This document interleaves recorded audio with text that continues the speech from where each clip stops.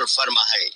اور ہاں، اسی شیطان نے تمہیں اس قدر گستاخ کر دیا ہے کہ تم یہودی مذہب کی ان برگزیدہ ہستیوں اور ان عظیم مشائخ اور ان پاک و پاکیزہ علماء شریعت کی اور اس مقدس بزرگ کی توہین کر رہے ہو جو دین خدا کا پاک باز محافظ ہے۔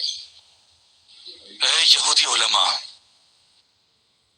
اور تم اے فریسیو، اگر میں نے کوئی گناہ کیا ہے تو مجھے ملامت کرو، لیکن بھائیوں کی طرح، تاکہ خدا تمہیں اپنا دوست بنائے، اور اس طرح تم پیغام خدا کے سچے امین قرار پاتے۔ لیکن سب لوگ جانتے ہیں کہ تم لوگ مجھ سے دشمنی رکھتے ہو، اس لیے مجھے نصیحت ہی نہیں کر سکتے۔ تمہارے دلوں میں میرے لیے نفرت ہے۔ یہ بات ثابت کرتی ہے کہ تم لوگ ابراہیم خلیل اللہ کی اولاد نہیں ہو، صرف دعویٰ کرتے ہو۔ ابراہیم خدا سے اتنی محبت کرتے تھے کہ نہ صرف نمرود کے ان بتوں کو توڑا، بلکہ اپنے عظیم فرزند حضرت اسماعیل ذبیح اللہ کو بھی خدا کی رضا کے لیے قربانی کے لیے پیش کر دیا۔ اے بنی اسرائیل، جان لو میں خدا کا پیغمبر ہوں، اور میں تورات کی تائید کرتا ہوں، اور اس پیغمبر کی آمد کی بشارت دیتا ہوں جو خدا کا آخری نبی ہوگا، اور اس کا نام احمد ہوگا۔ بس کرو۔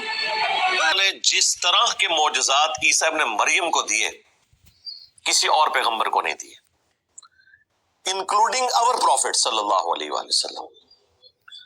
آپ صلی اللہ علیہ وآلہ وسلم کی جو اوور آل فضیلت تمام انبیاء کے اوپر وہ اسٹیبلش ہے، لیکن چند ایک خوبیاں ایسی ہیں جو اللہ تعالیٰ نے مختلف پیغمبروں میں بانٹ دی ہیں۔ مثلا موسیٰ علیہ السلام کو اللہ تعالیٰ نے وہ خوبی دی جو اور کسی پیغمبر کو نہیں دی، کہ اس پلانٹ ارتھ پہ ایک ہی شخص ہے جس سے اللہ نے کلام کیا ہے، وَكَلَّمَ اللَّهُ مُوسَىٰ تَكْلِيمًا۔ باقی انبیاء کی طرف وحی آئی ہے۔ ہاں، شب معراج آسمانوں پہ ہمارے نبی کے ساتھ بھی ڈائریکٹ کلام ہوا ہے، لیکن اس دنیا پہ نہیں، شب معراج وہ بھی آسمانوں پہ۔ موسیٰ علیہ السلام کو اللہ نے فضیلت دی۔ بخاری مسلم میں آیا ہے کہ قیامت والے دن سب لوگ ننگے اٹھائے جائیں گے، سب سے پہلے ابراہیم خلیل اللہ کو لباس پہنایا جائے گا۔ اب یہ وہ جزوی فضیلت ہے جو سیدنا ابراہیم علیہ السلام کو تمام انبیاء پہ حاصل ہے۔ حضرت آدم علیہ السلام کو بغیر ماں اور بغیر باپ کے اللہ تعالیٰ نے پیدا کیا، یہ فضیلت کسی پیغمبر کو بھی حاصل نہیں ہے۔ ہمارے نبی علیہ السلام کو صحیح مسلم میں آیا کہ اللہ تبارک و تعالیٰ نے جب شب معراج کے موقع پر انبیاء کرام کو جمع فرمایا یروشلم ایلیا میں، بیت المقدس کے اندر، تو وہاں پر آپ نے امامت فرمائی انبیاء کرام علیہ السلام کی۔ یہ ایک اناؤنسمنٹ تھی اوور آل فضیلت کی، جو قرآن میں آیا تلک الرسل فضلنا بعضهم علی بعض، یہ اللہ کے رسول ہیں، بعض کو بعض پہ اللہ نے فضیلت دی ہے۔ یہ تفضیل بین الرسل یا عربی میں تفضیل بین الرسل، یہ عقیدہ عین ایمان ہے، اس میں کوئی کسی کو شک نہیں ہونا چاہیے، لیکن تفریق بین الرسل یہ کفر ہے، جو قرآن میں ہے لا نفرق بین احد منہم، ہم ان میں ایمان لانے میں کسی میں فرق نہیں کریں گے۔ ہمارے لیے عیسیٰ ابن مریم کو پیغمبر ماننا بھی اتنا ہی ضروری ہے جتنا کہ محمد رسول اللہ کو صلی اللہ علیہ وآلہ وسلم۔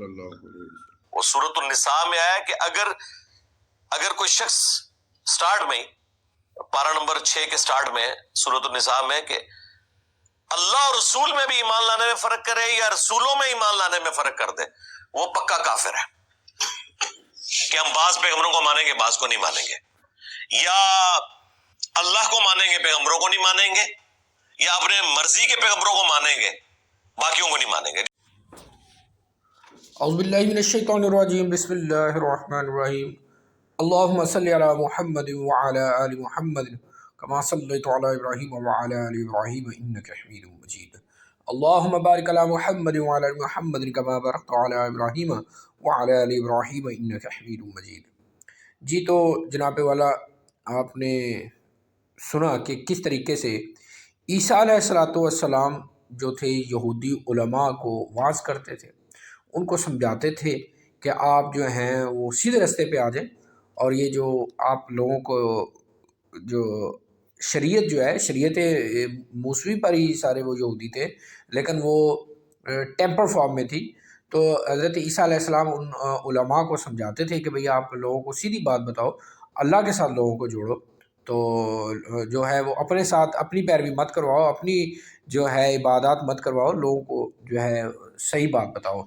तो फिर इंजीनियर साहब ने उसकी इंजीनियरिंग की, इमाम साहब ने ये जो है ईसा अलैहिस्सलाम की बहुत तारीफ़ी कलमात पेश किए, फिर कुरान से दलाइल पेश किए कि किस तरीके से जो है हम एक नबी पर सिर्फ ईमान ले आएंगे और अल्लाह को नहीं मानेंगे तब भी हम नाकाम हैं। अगर हमने कुछ अम्बिया के ऊपर ईमान लिया और कुछ को ना माना तब भी नाकाम है। नबी को भी मानना है और अल्लाह को भी मानना है, और साथ में जो है इनकी उन्होंने कुरान से दलाइल पेश किए कि इनमें फजीलत के ऊपर तो बात कर सकते हैं हम, लेकिन हम फ़र्क नहीं कर सकते, लेकिन अम्बिया के दरमियान हम फ़र्क नहीं करेंगे, सिर्फ फजीलत के ऊपर बात कर सकते हैं। और फिर उन्होंने ये भी कहा कि कुछ उलमा कुछ जो अम्बिया हैं उनके बारे में अल्लाह ताला ने फ़ज़ाइल जो है मखसूस कर दिए। मसलन इब्राहीम अलैहिस्सलाम की बात की उन्होंने कि सिर्फ वही हैं जिनको सबसे पहले कपड़े पहनाए जाएंगे, और इस दुनिया में इस ज़मीन के ऊपर, इस प्लानट अर्थ के ऊपर अगर किसी के साथ अल्लाह रब्बुल इज़्ज़त ने बात की तो वो मूसा अलैहिस्सलाम हैं, और मुर्दे जो ज़िंदा किए हैं वो ईसा अलैहिस्सलाम के लिए किए हैं, और तिब में भी उनको महारत दी। वैसे तो नबी अलैहिस्सलाम का जो मौजज़ा है वो तो क़यामत तक है, वो कुरान है मौजज़ा। नबी अलैहिस्सलाम की फजीलत अपनी जगह मौजूद है, लेकिन कुछ अम्बिया जो हैं उनके लिए कुछ फ़ज़ाइल जो हैं मखसूस थे, इसके ऊपर उन्होंने बात की। और उन्होंने जो यहूदी उलमा का जो रवैया दिया वो आज के देख लें आप, जितने भी उलमा सू हैं उनको आप तौहीद की बात सामने रखें, ला इलाहा इल्लल्लाह सामने रखें, कुरान की आयत सामने रखें, अहादीस मुबारका सामने रखें, रसूलुल्लाह सल्लल्लाहु अलैहि वसल्लम की जो फरामीन मुबारक है वो भी उनके सामने रखें, तो उनको काबिल कबूल नहीं है, क्योंकि इनका वही जो है एटीट्यूड है जो यहूदियों का था अपने उलमा के बारे में। तो इसके ऊपर गौर करने की ज़रूरत है कि हमने उलमा की सुननी है या कुरान और अल्लाह की और अल्लाह के रसूल की सुननी है। तो इसमें से बात यही निकलती है, इस पूरे जो बयान किया है जनाब इंजीनियर मोहम्मद अली मिर्ज़ा साहब ने, कि ईसा अलैहिस्सलाम के जैसा है ही कोई नहीं। वैसे मैं आगे एक वर्ड और बोल देता हूँ कि बाबे था, जो आजकल के जिन लोगों को ये बाबे बोलते हैं, बाबे तो शय ही कोई नहीं, नबी के जैसा है ही कोई नहीं, बाबे तो शय ही कोई नहीं। ये जो ईसा अलैहिस्सलाम हैं उन्होंने नबी अलैहिस्सलाम की जो आमद है और जो उनकी नबूवत है उनकी प्रेडिक्शन भी की, इसमें हमें देखने को मिली। तो इसमें सबक हमें इन बयानात से यही मिल रहा है कि हम नबियों की माने, ना कि मौजूदा जो उलमा हैं जिन्होंने जो है वो दीन को जो है मसख करके पेश किया।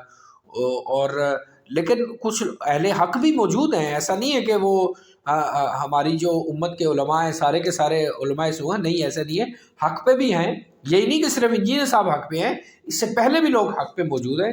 तो इसलिए कुरान और सुन्नत और अहादीस के जो है उसको फॉलो किया जाए, ताकि जो शरीयत मुहम्मदी है उसकी अच्छे तरीके से जो है हिफाजत हो सके, और आइंदा आने वाली नस्लों को इस तरह की टेम्पर फॉर्म में शरीयत ना मिले, बल्कि जो कुरान और सुन्नत और नबी अलैहिस्सलाम की जो फरामीन हैं वो उस तरीके की नमाज मिले लोगों को, और उस तरीके का दीन मिले जो नबी अलैहिस्सलाम ने बताया।